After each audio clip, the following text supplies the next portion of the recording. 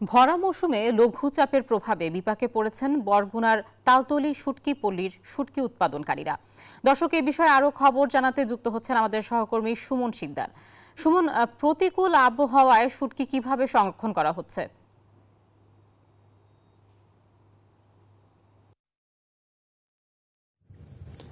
ধন্যবাদ আয়েশা আপনাকে। আপনি যেমনটা বলছিলেন যে বঙ্গোপসাগরে কিন্তু লঘুচাপ সৃষ্টি হয়েছে এবং এর ফলে কিন্তু আমরা দেখেছি যে গতকাল রাত থেকে বরগুনার যে তালতলী উপজেলা রয়েছে, তালতলী উপজেলার উপকূলীয় এলাকায় কিন্তু গুঁড়ি গুঁড়ি বৃষ্টিপাত হচ্ছে এবং এখন আমি সবশেষ পরিস্থিতি দেখাতে চাই যে এখানে যে শুটকিগুলো তারা নভেম্বরের শুরু থেকে শুকিয়ে আসছিল, সেই শুটকিগুলো কিন্তু তারা এখন ঢেকে রেখেছে এবং আপনি জানেন যে এই শুটকি পল্লীতে কিন্তু দুই দফায়, ভোরের দিকে একবারে এবং বিকেলের দিকে একবারে, দুই দফায় তারা শুটকি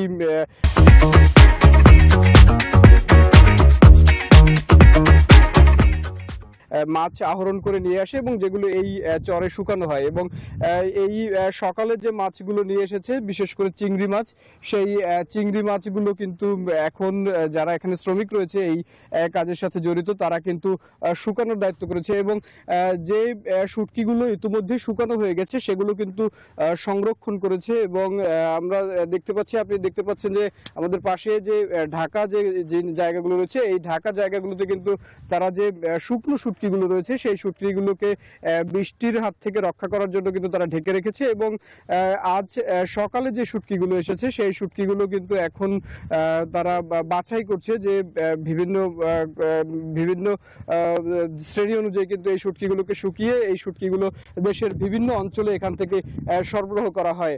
এবং এই যে বৈরী আবহাওয়া তৈরি হচ্ছে, এর ফলে এখানকার শুটকি শুকাতে কিন্তু তাদের একটি ভোগান্তির মধ্যে পড়তে হচ্ছে। এই ছিল আমার কাছে এখান থেকে সবশেষ পরিস্থিতি। ফিরে যাচ্ছি স্টুডিওতে আয়েশার কাছে। সুমন, আপনাকে ধন্যবাদ।